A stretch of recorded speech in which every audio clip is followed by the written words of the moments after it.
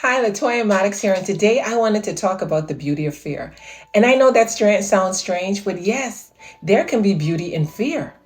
Yesterday, I was on social media and I was looking at a video. It was a video of men working on a very tall building.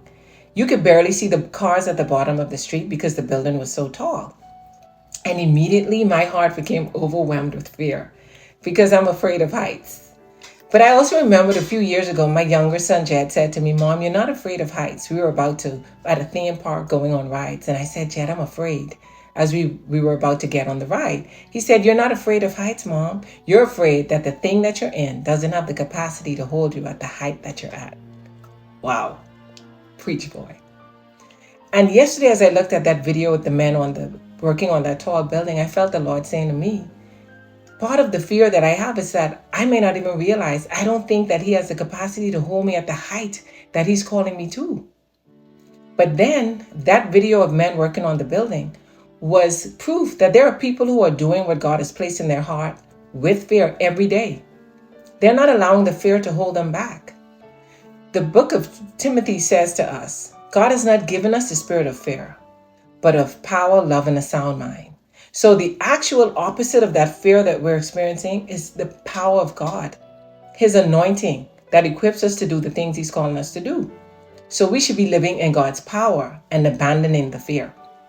My older son, Jeffrey, is a great example of this. I've seen him live life relentlessly, doing things with the fear, not waiting for fear to leave, but doing it with the fear, conquering the fear. And today, that's the beauty of fear. If we truly walk in trusting God and the anointing that he's given us, fear can become fuel that we use to achieve the things he's anointed us to do. The fear also will become the thing that fuels us to avoid the thing the fear is showing us. So today on this Transformational Tuesday, let's live in the power and anointing that God has given us, abandoning fear, but using it as fuel to achieve the things he's called us to do. Aristotle says this, we are what we repeatedly do. Excellence is not just an act, it's a habit. Latoya Maddox says, let's do the things that God is calling us to do repeatedly so that we can be seen as what he's called us to be, image bearers of his glory. Excellence is in our DNA. Let's live like it. So this Transformational Tuesday, stand in the power that God has given us, knowing that he has the ability to hold us and keep us and sustain us at the height that he's calling us to for his glory.